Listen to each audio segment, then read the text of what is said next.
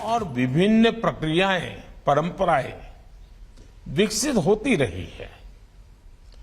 स्वस्थ समाज के लिए, आत्मविश्वास से भरे समाज के लिए, देश के विकास के लिए भरोसेमंद और त्वरित न्याय व्यवस्था बहुत ही आवश्यक है। जब न्याय मिलते हुए दिखता है तो संवैधानिक संस्थाओं के प्रति देशवासियों का भरोसा मजबूत होता है और जब न्याय मिलता है तो देश के सामान्य मानवी का आत्मविश्वास भी उतना ही बढ़ता है। इसलिए देश की कानून व्यवस्था को निरंतर बेहतर बनाने के लिए इस तरह के आयोजन बेहद अहम है। साथियों, भारत के समाज की विकास यात्रा हजारों वर्षों की है। तमाम चुनौतियों के बावजूद भारतीय समाज ने निरंतर प्रगति की है, निरंतरता बनाए रखी है। हमारे समाज में नैतिकता के प्रति आग्रह और सांस्कृतिक परंपराएं बहुत समृद्ध है। हमारे समाज की सबसे बड़ी विशेषता ये है कि वो प्रगति के पथ पर बढ़ते हुए खुद में आंतरिक सुधार भी करता चलता है। हमारा समाज अप्रासंगिक हो चुके कायदे, कानूनों, कुरीतियों, रिवाजों उसको हटा देता है, फेंक देता है। वरना हमने ये भी देखा है कि कोई भी परंपरा हो, जब वो रूढ़ी बन जाती है तो समाज पर वो एक बोझ बन जाती है और समाज इस बोझ के तले दब जाता है। इसलिए हर व्यवस्था में निरंतर सुधार एक अपरिहार्य आवश्यकता होती है। आपने सुना होगा, मैं अक्सर कहता हूं कि देश के लोगों को सरकार का अभाव भी नहीं लगना चाहिए और देश के लोगों को सरकार का दबाव भी महसूस नहीं होना चाहिए। सरकार का दबाव जिन भी बात से बनता है उसमें अनावश्यक कानूनों की भी बहुत बड़ी भूमिका रही है। बीते 8 वर्षों में भारत के नागरिकों से सरकार का दबाव हटाने पर हमारा विशेष जोर रहा है। आप भी जानते हैं कि देश ने 1,500 से ज्यादा पुराने और अप्रासंगिक कानूनों को रद्द कर दिया है। इनमें से अनेक कानून तो गुलामी के समय से चले आ रहे हैं। इनोवेशन और ईज ऑफ लिविंग के रास्ते से कानूनी अड़चनों को हटाने के लिए 32,000 से ज्यादा कंप्लायंसेस भी कम किए गए हैं। ये बदलाव जनता की सुविधा के लिए है और समय के हिसाब से भी बहुत जरूरी है। हम जानते हैं कि गुलामी के समय के कई पुराने कानून अब भी राज्यों में भी चल रहे हैं। आजादी के इस अमृत काल में गुलामी के समय से चली आ रहे कानूनों को समाप्त करके नए कानून आज की तारीख के हिसाब से बनाए जाना जरूरी है। मेरा आपसे आग्रह है कि इस कॉन्फ्रेंस में इस तरह के कानूनों की समाप्ति का रास्ता बनाने पर जरूर विचार होना चाहिए। इसके अलावा राज्यों के जो मौजूदा कानून है उनकी समीक्षा भी बहुत मददगार साबित होगी। इस समीक्षा के फोकस में ईज ऑफ लिविंग भी हो और ईज ऑफ जस्टिस भी हो। साथियों, न्याय में देरी एक ऐसा विषय है जो भारत के नागरिकों की सबसे बड़ी चुनौतियों में से एक है। हमारी न्यायपालिकाएं इस दिशा में काफी गंभीरता से काम कर रही है। अब अमृत काल में हमें मिलकर इस समस्या का समाधान करना होगा। बहुत सारे प्रयासों में एक विकल्प ऑल्टरनेट डिस्प्यूट रिजोल्यूशन का भी है, जिसे राज्य सरकार के स्तर पर बढ़ावा दिया जा सकता है। भारत के गांवों में इस तरह का मैकेनिज्म बहुत पहले से काम करता रहा है। वो अपना तरीका होगा, अपनी व्यवस्थाएं हो, लेकिन सोच यही है। हमें राज्यों में लोकल लेवल पर इस व्यवस्था को समझना होगा। इसे कैसे लीगल सिस्टम का हिस्सा बनाया जा सकता है, इस पर काम करना होगा। मुझे याद है, जब मैं गुजरात का मुख्यमंत्री था तो हमने इवनिंग कोर्ट की शुरुआत की थी और देश में पहली इवनिंग कोर्ट की वहां शुरुआत हुई। इवनिंग कोर्ट्स में ज्यादातर ऐसे मामले आते थे जो धाराओं के लिहाज से बहुत कम गंभीर होते थे। लोग भी दिन भर अपना कामकाज निपट करके इन कोर्ट्स में आकर न्यायिक प्रक्रिया को पूरा करते थे। इससे उनका समय भी बचता था और मामले की सुनवाई भी तेजी से होती थी। इवनिंग कोर्ट्स की वजह से गुजरात में बीते वर्षों में 9 लाख से ज्यादा केसों को सुलझाया गया है। हमने देखा है कि देश में त्वरित न्याय का एक और माध्यम लोक अदालतें भी बनी हैं। कई राज्यों में इसे लेकर बहुत अच्छा काम भी हुआ है।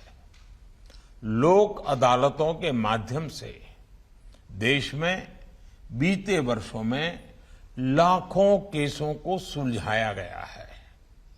इनसे अदालतों का बोझ भी बहुत कम हुआ है और खास तौर पर गांव में रहने वाले लोगों को, गरीबों को न्याय मिलना भी बहुत आसान हुआ है।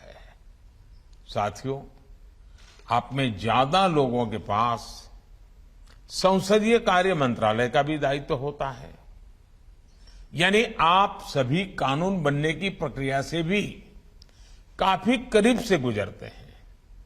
मकसद कितना ही अच्छा हो, लेकिन अगर कानून में ही भ्रम होगा, स्पष्टता का अभाव होगा, तो इसका बहुत बड़ा खामियाजा भविष्य में सामान्य नागरिकों को उठाना पड़ता है। कानून की क्लिष्टता, उसकी भाषा ऐसी होती है और उसकी वजह से, कॉम्प्लेक्सिटी की वजह से सामान्य नागरिकों को बहुत सारा धन खर्च करके न्याय प्राप्त करने के लिए इधर उधर दौड़ना पड़ता है। इसलिए कानून जब सामान्य मानव की समझ में आता है, उसका प्रभाव ही कुछ और होता है। इसलिए कुछ देशों में जब संसद या विधानसभा में कानून का निर्माण होता है तो 2 तरह से उसकी तैयारी की जाती है। एक है कानून की परिभाषा में टेक्निकल शब्दों का उपयोग करते हुए उसकी विस्तृत व्याख्या करना, और दूसरा उस भाषा में कानून को लिखना और जो लोक भाषा में लिखना, उस देश के सामान्य मानवी को समझ आए उस रूप में लिखना, मूल कानून के स्पिरिट को ध्यान में रखते हुए लिखना। इसलिए कानून बनाते समय हमारा फोकस होना चाहिए कि गरीब से गरीब भी नए बनने वाले कानून को अच्छी तरह समझ पाए। कुछ देशों में ऐसा भी प्रावधान होता है कि कानून के निर्माण के समय ही ये तय कर दिया जाता है कि वो कानून कब तक प्रभावी रहेगा। यानी एक तरह से कानून के निर्माण के समय ही उसकी उम्र, उसकी एक्सपायरी डेट तय कर दी जाती है। कानून 5 साल के लिए है, एक कानून 10 साल के लिए है, तय कर लिया जाता है। जब वो तारीख आती है तो उस कानून की नई परिस्थितियों में फिर से समीक्षा होती है। भारत में भी हमें इसी भावना को लेकर आगे बढ़ना है। ईज ऑफ जस्टिस के लिए कानूनी व्यवस्था में स्थानीय भाषा की भी बहुत बड़ी भूमिका है। मैं हमारी न्यायपालिका के सामने भी इस विषय को लगातार उठाता रहा हूं। इस दिशा में देश कई बड़े प्रयास भी कर रहा है। किसी भी नागरिक के लिए कानून की भाषा बाधा न बने, हर राज्य इसके लिए भी काम करे। इसके लिए हमें लॉजिस्टिक्स और इंफ्रास्ट्रक्चर का सपोर्ट भी चाहिए होगा। और युवाओं के लिए मातृभाषा में एकेडमिक इकोसिस्टम भी बनाना होगा। लॉ से जुड़े कोर्सेज मातृभाषा में हो। हमारे कानून सहज सरल भाषा में लिखे जाएं। हाई कोर्ट्स और सुप्रीम कोर्ट के महत्वपूर्ण केसेस की डिजिटल लाइब्रेरी स्थानीय भाषा में हो। इसके लिए हमें काम करना होगा। इससे सामान्य मानवी में कानून को लेकर जानकारी भी बढ़ेगी और भारी भरकम कानूनी शब्दों का डर भी कम होगा। साथियों, जब न्याय व्यवस्था समाज के साथ साथ विस्तार लेती है, आधुनिकता को अंगीकार करने की स्वाभाविक प्रवृत्ति उसमें होती ही है, तो समाज में जो बदलाव आते हैं वो न्याय व्यवस्था में भी दिखते हैं। टेक्नोलॉजी किस तरह से आज न्याय व्यवस्था का भी अभिन्न अंग बन गई है, इसे हमने कोरोना काल में भी देखा है। आज देश में ई कोर्ट्स मिशन तेजी से आगे बढ़ रहा है। वर्चुअल हियरिंग और वर्चुअल पेशी जैसी व्यवस्थाएं अब हमारे लीगल सिस्टम का हिस्सा बन रही है। इसके अलावा केस की ई फाइलिंग को भी बढ़ावा दिया जा रहा है। अब देश में 5G के आने से इन व्यवस्थाओं में और भी तेजी आएगी और बहुत बड़े बदलाव इसके कारण अंतर्निहित है, होने ही वाले हैं। इसलिए हर एक राज्य को इसे ध्यान में रखते हुए अपनी व्यवस्थाओं को अपडेट और अपग्रेड करना ही पड़ेगा। हमारी लीगल एजुकेशन को टेक्नोलॉजी के हिसाब से तैयार करना भी हमारी एक महत्वपूर्ण लक्ष्य होना चाहिए। साथियों, समर्थ राष्ट्र और समृद्ध समाज के लिए संवेदनशील न्याय व्यवस्था एक अनिवार्य शर्त होती है। इसलिए मैंने हाई कोर्ट के मुख्य न्यायाधीशों की संयुक्त बैठक में अंडर ट्रायल्स का विषय उठाया था। मेरा आप सबसे आग्रह है कि केसों के स्पीडी ट्रायल के लिए राज्य सरकार द्वारा जो कुछ किया जा सकता है वो जरूर करें। विचाराधीन कैदियों को लेकर भी राज्य सरकारें पूरे मानवीय दृष्टिकोण के साथ काम करें ताकि हमारी न्याय व्यवस्था एक मानवीय आदर्श के साथ आगे बढ़े। साथियों, हमारे देश की न्याय व्यवस्था के लिए संविधान ही सुप्रीम है।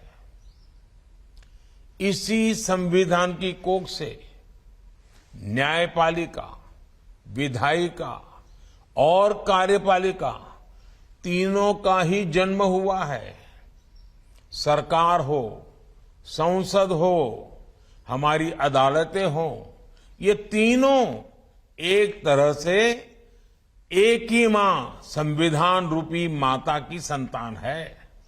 इसलिए कार्य भिन्न होने के बावजूद अगर हम संविधान की भावना को देखें तो वाद विवाद के लिए, एक दूसरे से होड़ के लिए कोई गुंजाइश नहीं रहती।